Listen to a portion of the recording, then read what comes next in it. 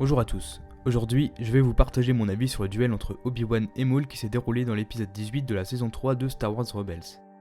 Je préfère vous prévenir que je vais spoiler, donc ceux qui n'ont pas vu cet épisode, faites demi-tour et revenez une fois l'avoir regardé. Ce duel tant attendu était annoncé dans la bande-annonce de moitié de saison 3 il y a de ça 2 mois, et pendant tout ce temps on s'attendait à un combat de rêve. Au visionnage de l'épisode, la tension était présente entre les deux personnages jusqu'à ce que Maul engage le combat et là, grosse déception. 3 coups de sabre et le duel était terminé. En revanche, la façon dont Maul meurt est bien choisie. Ce personnage était durant toute sa vie rempli de haine, que ce soit contre Obi-Wan ou bien contre l'Empereur, et dans ses dernières paroles, on voit bien qu'il savait qu'il ne pouvait rien faire contre l'Empire et qu'il avait connaissance de la prophétie concernant l'élu, en qui l'espoir repose. D'ailleurs, en venant retrouver Obi-Wan, Maul n'a-t-il pas simplement voulu mettre fin à ses jours ?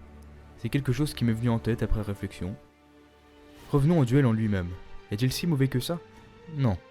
En regardant les films et les séries Star Wars, on avait l'habitude de voir des combats assez longs, notamment le duel Obi-Wan contre Anakin, et lorsque nous assistons à quelque chose de totalement différent, on trouve ça généralement décevant. Il est tout à fait normal qu'un combat puisse prendre fin rapidement. Une mauvaise action et c'est fini. C'est d'ailleurs ce que Maul a fait. Il a tenté de reproduire le coup qui avait été fatal contre Qui-Gon Jinn à l'époque, mais Obi-Wan, devenu plus sage avec le temps, a prévu cette attaque et l'a contrée facilement. Pour argumenter le fait que Maul, qui je le rappelle avait facilement le dessus face aux Inquisiteurs, est perdu, il ne faut pas oublier qu'il vient de traverser durant une journée en plein désert sur Tatooine à la recherche de Kenobi, donc il n'est pas en pleine forme comparé à son ennemi qui était tranquillement assis à son campement. Il y a un point que je ne comprends pas sur les raisons de Maul. Pourquoi cherchait-il à affronter Obi-Wan ?